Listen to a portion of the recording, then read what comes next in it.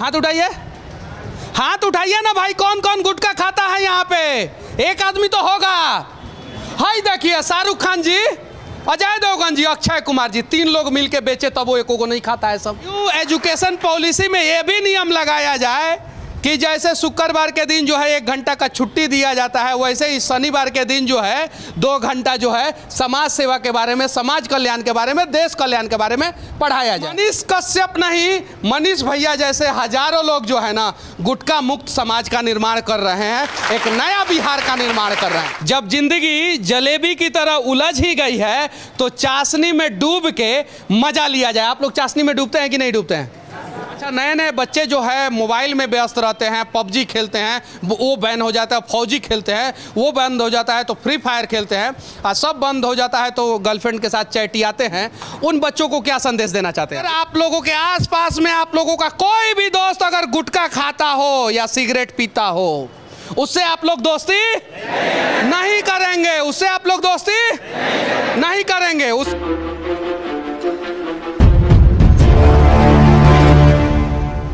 आज मैं एक कहानी बताने जा रहा हूं, जिस कहानी को जो है सिर्फ और सिर्फ बिहार के युवाओं को नहीं, सिर्फ देश के युवाओं को नहीं, पूरे दुनिया के युवाओं को सुननी चाहिए और देखनी चाहिए। मेरे साथ एक शख्स हैं जो कोई नेता नहीं है, कोई बड़ा सेलिब्रिटी नहीं है, कोई कलाकार नहीं है, कोई धनाढ्य व्यक्ति नहीं है, लेकिन इन्होंने अपना जीवन समर्पित कर दिया। और वो जीवन इसलिए समर्पित किया कि हम युवाओं को नया दशा और दिशा दे सके, युवाओं का भविष्य जो है वो बदल सके। आप देख सकते हैं ये पटना का गायत्री मंदिर है और यहाँ पे हर हफ्ते सुबह और शाम जो है हजारों बच्चे आते हैं, और सिर्फ 1 फ्लोर पे नहीं, 2 फ्लोर है ना, 2 फ्लोर पे यहाँ पे और ऊपर आते हैं और मनीष भैया की बातें सुनते हैं, निशांत सर की बातें सुनते हैं। और इस जगह पे बिहार के 2 मुख्यमंत्री आ चुके हैं, देश के राष्ट्रपति आ चुके हैं और बहुत बड़े बड़े नेता आ चुके हैं। क्यों? क्योंकि ये वैसा काम ही करते हैं। और ये साधारण व्यक्ति जो है आज अपने संघर्षों की कहानी बताएंगे और किस प्रकार से बिहार के विकास में, बिहार के बदलाव में अपना योगदान दे रहे हैं, साथ ही किस प्रकार से युवाओं को मोटिवेट करके जो है सही रास्ते पे ला रहे हैं, वो सारी चीज़ें बताएंगे। साथ में निशांत सर भी हैं जो पीछे हैं, थोड़ा सा आगे आ जाए, इनसे भी हम लोग पूछेंगे और जानने का प्रयास करेंगे। सबसे पहले आप दोनों महापुरुषों का सच तक न्यूज़ में स्वागत है। धन्यवाद। पहला सवाल मैं आपसे पूछ रहा हूँ, आपने इस संघर्ष की कहानी की शुरुआत जो है कहाँ से किया था? हम लोग सबसे पहले अध्यात्म को जो समझते थे, जो मंदिर और अध्यात्म का मतलब हम लोग ये मानते थे कि पूजा करना, मंदिर जाना, ये कंसेप्ट बचपन से हम लोगों के मन में एक धारणा था। लेकिन जब अखिल विश्व गायत्री परिवार से जुड़ने का और नज़दीक से देखने का मौका मिला, 95 में हम लोग शांति कुंज हरिद्वार गए और वहाँ जब हम लोग पहुँचे, परम पूज्य गुरुदेव पंडित श्री राम शर्मा आचार्य जी के तमाम चीज़ों को हमने वहाँ देखा। वहाँ के बहुत सारे रिसर्च विंग को हमने देखा, बहुत सारे साइंटिस्ट लोग वहाँ काम कर रहे हैं। उन चीज़ों को जब हम लोगों ने देखा तो हमें लगा कि यार ये तो बिल्कुल एक अलग चीज़ है। हमारा जो धर्म है वो कितना साइंटिफिक है, इससे इंसान के अंदर परिवर्तन भी हो सकता है और समाज के लिए कल्याणकारी भी हो सकता है। अभी तक जो मात्र पूजा पाठ टोना टोटका का मामला था, वहीं पर हम लोग 4 भाई पहली बार गए थे 9 दिन के लिए। और 4 भाई जब वहाँ से हम लोग लौट के आए, उस समय पटना यूनिवर्सिटी के छात्र थे, इकोनॉमिक्स ऑनर्स के स्टूडेंट थे। तो हम लोगों ने ये सपना देखा कि क्या यहाँ के युवाओं को वहाँ से जो हमने देखा है एक इंटरनल चेंजिंग, परिवर्तन, सही सोच विकसित करना, ये संभव हो सकता है क्या? तो हम लोगों ने कहा बिल्कुल हो सकता है। एक जुनून था, एक जोश था। लेकिन समाज में जब कुछ लोगों के बीच ये चर्चा परिचर्चा चल रहा है, देखो ये सब संभव नहीं है, जो होता है हम कोई कार्य शुरू करने के पहले लगभग नकारात्मक बात को ही लोगों ने कहा। लेकिन हम लोगों ने इस अभियान को शुरू कर दिया। 22 दिसंबर 1995 को हम 4 भाइयों ने इसको स्थापित किया और उसके बाद हम लोग धीरे धीरे हॉस्टल, लॉज, इन जगहों पे संपर्क करने लगे कि आप अपने आप को कैसे बेहतर बना सकते हैं, अपने लाइफ को कैसे ये कर सकते हैं। जैसे शुरू में 50 लोगों से अगर मिल रहे हैं तो बेचारा 2-3 लोग। अच्छा, मोटिवेशनल स्पीकर के रूप में आप अपने आप को एस्टेब्लिश कर लिए। बहुत सारे मोटिवेशनल स्पीकर जो है भाषण देने के लिए पैसा लेते हैं, आप ये बचवा सबसे पैसा वैसा कभी नहीं न लिए हैं? हमारे यहाँ पैसे लेने का कोई विधान नहीं है। सही बात है क्या? अभी आप लोगों से ये मनीष भैया ने कि पैसा वैसा का डिमांड नहीं ना किया? नहीं किया। चलिए, हमारे यहाँ क्या है कि जैसे हम इनको बताते हैं, अभी जस्ट यही चर्चा हम लोग कर रहे थे कि बहुत सारे मोटिवेटर क्या हैं, आपको सफलता की कहानी बताते हैं, सफल होने की बात करते हैं, अंबानी, अडानी, टाटा, बिरला सब बना देते हैं। लेकिन जब आपके जीवन की व्यवहारिक कठिनाई आपके सामने आती है, उस समय उनके दिए हुए किसी फॉर्मूले का आपके लाइफ में कोई प्रभाव नहीं पड़ता है। आप अपने आप को ही इतना विकसित करो। हम लोग स्वामी विवेकानंद की उस बात को इनको बताते हैं कि मनुष्य अपने भाग्य का निर्माता स्वयं है। आप चाहो तो अपना अच्छा, आप लोग अपने भाग्य का निर्माता स्वयं हैं कि कोई और है? स्वयं है कि कोई और है? मनुष्य अपने भाग्य का निर्माता स्वयं है, स्वामी विवेकानंद जी ने कहा था। और उन्हीं की बातों को जो है मनीष भैया जो है वो इन युवाओं तक पहुंचा रहे हैं। निशांत सर, अब आपकी बारी, शुरू करें। कब जुड़े? 2001 में जब मैट्रिक पास। लेट काहे हो गए आप? 2001 में ही आया। आप लेट काहे हो गए? मनीष भैया के साथ क्यों नहीं आए? ईश्वर की इच्छा। ईश्वर की इच्छा थी और हमारे पिताजी जानते थे भैया के बारे में। उन्होंने कहा कि बेटा पटना में जाओगे, कोचिंग बहुत मिलेगा। अच्छा, आप सीनियर हैं कि भैया सीनियर है? भैया सीनियर हैं। लेकिन दाढ़ी तो आपका पक गया है। भैया की साधना प्रत्येक दिन आपको बता दे कि सुबह शाम 1-1 घंटा हो पाता है। हम लोग भैया के सामने कुछ नहीं है। भैया पूरे समुद्र है, हम लोग उसमें के एक बूंद है। बिहार के सभी मीडिया वालों से भी कहना चाहता हूं कि दिखाइए, आपको जो दिखाना है दिखाइए, लेकिन कभी कभी समय निकाल के ऐसे ऐसे लोगों की कहानी भी दिखाइए। क्योंकि नेताओं के गलियों में जब तक हम भागेंगे, हमें सिर्फ और सिर्फ पब्लिक जो है वो दलाल मीडिया ही कहेगा। नेताओं की बातों को भी दिखाना जरूरी है, लेकिन ऐसे ऐसे क्रांतिकारी महापुरुषों की चीज़ों को भी दिखाना जरूरी है कि इन लोगों ने कैसे संघर्ष किया है। हाँ, कंटिन्यू कीजिए, पहले ताली बजा लेने दीजिए। हाँ, फिर हम ये सोच के आए थे, जैसे भाई लोग आके बैठते हैं कि संडे को हम आएंगे, सुने तो भैया का लेक्चर चल रहा था, बड़ा अच्छा लगा। उस समय ये छत नहीं था, ये अपनी मंदिर थी, भैया दे रहे थे। हम सोचे चलो अध्यात्म जीवन में आएगा कि नहीं, भैया के बताने से इंटरव्यू मेरा अच्छा हो जाएगा। इंटरव्यू बढ़िया से जाएंगे, जिस भी एग्ज़ाम में देंगे। लेकिन जब लगातार आने लगे, गायत्री मंत्र की साधना करने लगे, 20 से 30 मिनट ध्यान करने लगे, तो लगा कि हम अपने क्लास में उन्हीं के स्टूडेंट हैं। अच्छा, एक सवाल मैं पूछना चाहता हूँ सबके सामने। अच्छा, 2001 में जुड़े आप जी, 2022 है, टोटल 21 साल में कितना पैसा कमाए हैं? जो गुरुदेव ने दिया बस, मतलब पैसा नहीं कमाए हैं। अच्छा, तो ऐसे ऐसे लोगों को आप जोड़ते हैं और उन्हें पैसा कमाने का मौका भी नहीं देते हैं। ये अगर 21 साल किसी नेता का चमचाई किए होते तो बिहार का बढ़िया ठेकेदार और 2-4 को पुल गिरा चुके होते अभी तक। देखिए, ऐसा है, सही है कि नहीं है? आप अगर ये 21 साल ईमानदारी पूर्वक किसी नेताजी का धोती कुर्ता साफ कराए होते और उनके साथ घूमे रहते, धूल धक्कड़ खाए होते, तो अभी तक 4-5 को पुल गिरा दिए होते कि नहीं गिरा दिए होते? तो बताइए। और बैंक बैलेंस भी इनका बढ़िया हो जाता है, बच्चा सब विदेश में पढ़ता।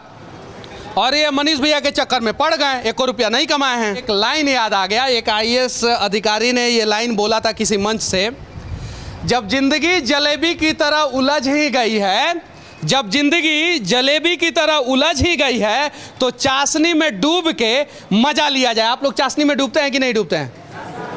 नहीं डूबते हैं? डूबते हैं कि नहीं डूबते हैं? चलिए, ठीक है। हाँ, कंटिन्यू कीजिए भैया। उसके बाद देखिए, सबसे बड़ी चीज़ है, आप बिहार में ये भाई गांव से आए हैं, यहाँ पढ़ने आए हैं। अब इनके मन में ये अभी से समाज सेवा की बात आ गई। ये गरीब बच्चों को पढ़ाने लगे। अब और दूसरा, एकदम टाइम टेबल के साथ पढ़ाने लगे। पर डे पढ़ा रहे हैं, शाम के 2 घंटा पर डे पढ़ा रहे हैं ये बच्चों को। और ये बच्चों को पढ़ा के जो इनको एक सुकून मिल रहा है, अब ये कल को एक अधिकारी बनेंगे, किसी पद पे जाएंगे, तो इनको चूँकि प्रारंभिक अवस्था से ही समाज के उस चीज़ों का अनुभव है, उन चीज़ों को इन्होंने किया है। और ध्यान से सुनिए, किसी भी स्कूल में ये ज्ञान नहीं दिया जाता है। साइंस पढ़ाया जाता है, सोशल साइंस पढ़ाया जाता है, जनरल स्टडी पढ़ाया जाता है, क्वांटम फिजिक्स पढ़ाया जाता है, रिसर्च पेपर पढ़ाया जाता है कॉलेजों में। सही है कि नहीं है? बड़ा बड़ा ऑथर का बुक पढ़ाया जाता है, लेकिन समाज का सेवा किस प्रकार से करना है वो भारत के 90% स्कूलों में नहीं पढ़ाया जा रहा है। सही है कि नहीं है? आपको घुड़सवारी करा दिया जाएगा, तैराकी करा दिया जाएगा, क्रिकेटर बना दिया जाएगा, आपको IAS IPS बना दिया जाएगा, आपको प्रधानमंत्री भी बना दिया जाएगा स्कूल के थ्रू, लेकिन समाज सेवा का पाठ नहीं पढ़ाया जा रहा है। ये पाठ अगर जिस दिन इस देश के हर एक स्कूल में सिर्फ और सिर्फ हफ्ते में 1 घंटा पढ़ाया जाए, सिर्फ 1 घंटा, सही है कि नहीं है, सिर्फ 1 घंटा पढ़ाया जाए, तो मैं दावे के साथ कहता हूं कि 90% भ्रष्ट अधिकारी जो है ना वो ईमानदार हो जाएंगे। 90%। अगर वो अधिकारी नहीं बने हैं तो वो ईमानदार अधिकारी बनेंगे, और अगर अधिकारी बन गए हैं तो उनका बेटवा बोलेगा कि भ्रष्टाचार का पैसा से हम बाबूजी नहीं पढ़ेंगे, तो उनको ईमानदारी से काम करना होगा। तो न्यू एजुकेशन पॉलिसी में ये भी नियम लगाया जाए कि जैसे शुक्रवार के दिन जो है 1 घंटा का छुट्टी दिया जाता है, वैसे ही शनिवार के दिन जो है 2 घंटा जो है समाज सेवा के बारे में, समाज कल्याण के बारे में, देश कल्याण के बारे में पढ़ाया जाए। इन भाइयों को बताते हैं कि 2 तरह की पार्टी इन दिनों चल रही है। एक अध्यात्म जो है वो ईश्वर की पार्टी है, और एक नेता भी समाज का एक पार्ट है, वो पुल पुलिया बना सकता है। लेकिन हमारी पार्टी में अगर आप शामिल होते हैं तो आप पुल पुलिया पर चलना सीखिएगा, बोलना सीखिएगा, और साथ में व्यक्ति के पार्टी में शामिल होने वाला कब व्यक्ति से बाहर होगा इसका कोई ठिकाना नहीं है। ईश्वर के पार्टी में शामिल होने वाला हमेशा जीवन में सफल, सुखद और अपने जीवन को शानदार बनाने वाला होता है। और यहाँ जितने भाई बैठे हैं आप उनसे अनुभव ले सकते हैं। अच्छा, नए नए बच्चे जो है मोबाइल में व्यस्त रहते हैं, PUBG खेलते हैं, वो बैन हो जाता है, फौजी खेलते हैं वो बंद हो जाता है, तो फ्री फायर खेलते हैं, और सब बंद हो जाता है तो गर्लफ्रेंड के साथ चैटियाते हैं। उन बच्चों को क्या संदेश देना चाहते हैं आप? देखिए, सबसे बड़ा चीज़ है कि हमारे यहाँ जो लड़के आते हैं वो इनके भीतर को जगा दिया जाता है। ये जब भीतर से जग जाते हैं तो यहाँ से जाने के बाद भी जब 1-2 बार ये गलती करते हैं तो ये आके हमें बताते हैं कि भैया गलती तो हो गया, लेकिन मेरा भीतर से लगा कि गलती हो गया, हमें दोबारा नहीं करना चाहिए। ये फीलिंग्स इनके भीतर पहले नहीं था।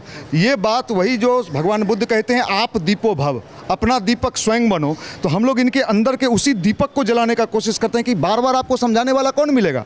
मनीष भैया, आपके यहाँ पे पॉलिटिकल पार्टी के कार्यकर्ता भी आते हैं, युवा भी आते हैं, और एक थोड़ा सा सीनियर सिटीजन भी मुझे दिखे, ज़्यादा सीनियर नहीं है, उनका बाल थोड़ा सा झड़ा हुआ है। वो आपको हाथ उठाइए ऐसे, अरे भैया आप, हाँ, ये भैया, ऐसे भी लोग आते हैं, इनसे भी ज़्यादा सीनियर लोग आते हैं, और 12वीं क्लास के बच्चे भी आते हैं, छोटे बच्चे भी आते हैं। ठीक है, इन सभी को एक साथ एक प्लेटफॉर्म पे कैसे मैनेज कर पाते हैं आप? देखिए क्या है, एक तो आप ये समझ लीजिए कि हमारे यहाँ जो अध्यात्म की शक्ति है, तो अध्यात्म की शक्ति मात्र कुछ कहने सुनने की शक्ति नहीं है, रियल में इसके भीतर शक्ति है। जैसे हम लोग अब्दुल कलाम जी को हमने पढ़ा है, तो अब्दुल कलाम जी की बहुत सारी चीज़ों को जब विंग्स ऑफ फायर और तेजस्वी मन किताब में उन्होंने लिखा है कि आध्यात्मिक शक्ति आपके आचरण, आपके व्यवहार, आपके तमाम चीज़ों को देखता है। हम लोग तो कोई विशेष ऑफिस में बैठे हुए हैं और VIP मुद्रा में है, ऐसा हम लोगों के अपना व्यक्तिगत आचरण भी ये लोग देखता है कि अच्छे भैया लोग हैं, ऐसे सामान्य रूप में रह रहे हैं, ना ये गुटखा खा रहे हैं, ना बीड़ी पी रहे हैं। अच्छा, ये सभी गुटखा नहीं खाते हैं? अच्छा, कौन कौन गुटखा? सब लोग तो नहीं बोल दिया। अच्छा, ईमानदारी पूर्वक बोलना है, गायत्री मंदिर में बैठे हैं, कौन कौन गुटखा खाता है? हाथ उठाइए, हाथ उठाइए ना भाई, कौन कौन गुटखा खाता है यहाँ पे? एक आदमी तो होगा।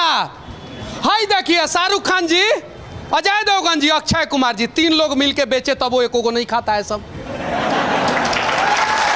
ये देखिए, और ये है हमारा बदलता हुआ बिहार। और देखिए, बिहार के सभी युवा हैं, हजारों बच्चे हैं, मंदिर में बैठे हैं, और इसमें से कोई भी बच्चा जो है गुटखा नहीं खाता है। अब 3 गो के जगह पे 30 गो बॉलीवुड का कलाकार जो है गुटखा बेचेगा, शराब बेचेगा, तब वो उसका असर जो है बिहार में नहीं होने वाला है। सही है कि नहीं है? एक और काम करना है आप लोगों को कि अगर आप लोगों के आसपास में आप लोगों का कोई भी दोस्त अगर गुटखा खाता हो या सिगरेट पीता हो, उससे आप लोग दोस्ती नहीं करेंगे, उससे आप लोग दोस्ती नहीं करेंगे, उससे आप लोग दोस्ती नहीं करेंगे, नहीं करेंगे ना, नहीं करेंगे ना, नहीं करेंगे ना। हाँ, अब अक्षय कुमार जी वो तलवार लेके आइए, ऐसे ऐसे भाजिए, प्रचार कीजिए, और अमिताभ बच्चन जी महानायक प्लस पोलियो का ड्रॉप आप लेके देश के लोगों को कितना पिलाए वो हमको नहीं पता है, लेकिन बिहार को हम एंटी गुटखा तो जरूर बनाएंगे। सही है कि नहीं है? बार एक शो में कपिल शर्मा ने कहा था, उस समय मुझे बहुत बुरा लगा था। मैं उस समय कपिल शर्मा का विरोध करना चाहा, लेकिन उस समय मेरी औकात थोड़ी छोटी थी। उसने कहा था कि जब बिहार में जाते हैं तो अधिकारी से पूछते हैं कि ये कमुआ होगा, तो वो बोलता मतलब मुंह में गुटखा है, पान है, तो वो क्या बोले क्या नहीं बोले पता ही नहीं चलता है। बिहार में जब जाते हैं पूछते हैं कि हमको वहाँ जाना है, एड्रेस बताइए, तो मुंह में पानी लगे और वो बिहार अब जो है धीरे धीरे बदल रहा है। अक्षय कुमार जी एक बार थोड़ा सा बिहार में आ जाइए, अजय देवगन को साथ में लेके आइएगा, और तीसरा खिलाड़ी शाहरुख खान हकला जी वो भी साथ में आइएगा, और तीनों आदमी जो है ना वो मिल के गुटखा बेचेंगे तो भी नहीं बिकने देंगे, क्योंकि मनीष कश्यप नहीं, मनीष भैया जैसे हजारों लोग जो है ना गुटखा मुक्त समाज का निर्माण कर रहे हैं, एक नया बिहार का निर्माण कर रहे हैं। एक बार आप लोग शाहरुख खान के लिए नहीं, अजय देवगन के लिए नहीं, अक्षय कुमार के लिए नहीं, अमिताभ बच्चन के लिए नहीं, मनीष भैया के लिए ताली बजाइए एक बार। और ऐसे बदलेगा हमारा बिहार, और हमारे बतुआ से ज़्यादा इन लोगों का तलिया सुनाई दे रहा है, और ये लोग दिल से बजा रहे हैं, हालांकि एक दो आदमी नहीं बजाता होगा। ये कारवां आपने तो शुरू कर दिया, लेकिन कब तक शुरू रखेंगे? ये तो 27 साल से लगातार चल रहा है, और देखिए अभी तक तो हम कभी ना थके हैं ना हारे हैं। अब आदमी थक जाता है काम करते करते, अभी जस्ट इन लोगों को हम बता रहे हैं हम तो थके ही नहीं हैं। और इन लोगों को हमने ये भी बताया है कि बहुत सारे लोग हमें ये कहते हैं कि आपको राजनीति में जाना चाहिए और राजनीति में जाकर सुधार करना चाहिए। हमने कहा कि देखो साहब, राजनीति में जाने के पहले ये जो हमारे बंदे लोग हैं ये अच्छे हो जाएं तो राजनीति ऑटोमेटिक अच्छा हो जाएगा। इनकी समझ विकसित हो जाएगी कि अगले बार भी आया था ये झूठ बोल के गया था, इस बार फिर झूठ बोलने चला आया है, तो इनकी समझ ऐसा बना दो कि राजनीति वाले को अच्छे अच्छे लोगों की दुकानें बंद हो जाए। चलिए ताली बजाइए, अच्छे अच्छे लोगों की दुकानें बंद हो जाए। अभी दो सवाल हमारा छूट गया है। एक सवाल ये है कि यहाँ पे जातिवाद नामक जहर जो है आप कब कब बच्चों में डालते हैं या नहीं डालते हैं? हमारे यहाँ जो बच्चे हैं, जो खासकर जो हमारे एक्टिव कार्यकर्ता हैं 200-250, आप इनमें से पूछ लेंगे जो हमारे एक्टिव वर्कर हैं। मंडे को हमारी एक विशेष मीटिंग होती है जिसमें 200-250 हमारे सिर्फ वर्कर होते हैं। वो बिहार के विभिन्न ज़िले, विभिन्न कस्बे, विभिन्न जाति के लड़के हैं। उनके हाथ में गंगाजल, तुलसी ये सब देकर हमने कसम खिलवाया है कि साहब जातिवाद से समाज को मुक्त कराना है। यहाँ आपको जानकारी ही नहीं मिलेगा कि कौन किस जाति से। अरे कौन किस जाति से है पता नहीं, कोई किसी को पूछता नहीं। कौन सा जाति से है भाई आप लोग? कौन सा जाति से है? चलिए ठीक है, बहुत बढ़िया आपने काम किया है। ये सबसे बड़ा चीज़ है कि इन बच्चों में, अभी देखिए हमारे एक भाई हैं, इधर आ जाइए, इधर आइए। ये भाई मधुबनी है ना, ये मधुबनी के रहने वाले हैं। इनके पिताजी का एक्सीडेंट हो गया, एक्सीडेंट में इनके पिताजी डेथ कर गए। गांव का पूरा इनका जो गोतिया लोग था, इनको कहा भोज कराओ ज़मीन बेच के। ये पटना आए हम लोगों के पास, हमने कहा कि बिल्कुल नहीं कराना है, और सारी व्यवस्था हमने पूरी कर्मकांड की सारी चीज़ जो विधि विधान होता है हिंदू धर्म में हमने यहाँ कराया। इनका ज़मीन बच गया और ये आज हमारे एक्टिव कार्यकर्ता हैं, गाँव वाला देखता रह गया। तो इस तरह की कुरीति का भी हम विरोध करते हैं। ये सब जो कुरीतियाँ हैं समाज में, मृतक भोज और इन सारे चीज़ों का हम लोग विरोध करते हैं कि साहब ज़मीन बेच के, जायदाद बेच के अगले व्यक्ति रो रहा है, आप वहाँ जाके भोजन कर रहे हो। ये हमारे गायत्री परिवार का ये भी आंदोलन है। इस तरह की कुरीतियों को भी समाज में नहीं होना चाहिए कि ज़मीन बेचवा के कोई बाप मर गया तो उसका भोजन। ताली बजाइए। इस प्रकार की कुरीति जो है कम से कम धीरे धीरे ही सही ख़त्म तो हो रही है। सर से पूछेंगे, कई गो बच्चा है आपका? मात्र एक जी। अच्छा, उस बचवा को जो है आप अपने रास्ते पे लेके आ रहे हैं या किसी करोड़पति, अरबपति, भ्रष्ट IAS IPS, भ्रष्ट नेता उसके रास्ते पे ढकेल रहे हैं? नहीं, बिल्कुल। हमारे यहाँ जितने गायत्री परिवार के सक्रिय भाई हैं, हाँ। अगर मैरिड हैं, उनके बच्चे हैं, बिना ध्यान किए वो स्कूल नहीं जाते हैं। बिना ध्यान किए वो स्कूल नहीं जाते हैं। हाँ। हम लोग ट्विंकल ट्विंकल बाद में पढ़ाते हैं, पहले ओम त्र्यंबकम यजामहे पढ़ाते हैं, ओम भूर्भुवः पढ़ाते हैं, और कभी मौका मिलेगा तो हम लोगों के जो आने वाली पीढ़ी है उससे हम आपको मिलाएंगे। वो शिव तांडव के पाठ से लेके गायत्री मंत्र, महामृत्युंजय मंत्र से लेके सरस्वती मंत्र, ये सारे चीज़ वो लोग करते हैं। हम उन्हें कहते हैं कि बेटा फिजिक्स टीचर पढ़ा देंगे, मैथ पढ़ा देंगे, फिजिक्स पढ़ना ज़रूरी है, मैथ पढ़ना ज़रूरी है, इंग्लिश ज़रूरी है, लेकिन उससे पहले जीवन की पढ़ाई पढ़ना सबसे बड़ी जरूरी और उससे पहले संस्कार की पढ़ाई पढ़ना सबसे जरूरी है। बाकी ये संस्कार की पाठशाला गायत्री परिवार मंदिर से हमारा ये प्रयास और इन लोगों का ये काम तथा इन भाइयों का जो है प्रयास कैसा लगा कमेंट करके ज़रूर बताना। और हो सके तो एक बार 1 घंटे के लिए ही सही यहाँ पे ज़रूर आना। और नेताजी लोग थोड़ा दूर रहिएगा लोग, नहीं तो आपके कार्यकर्ता कोई लोग भटका सकते हैं। जय हिंद।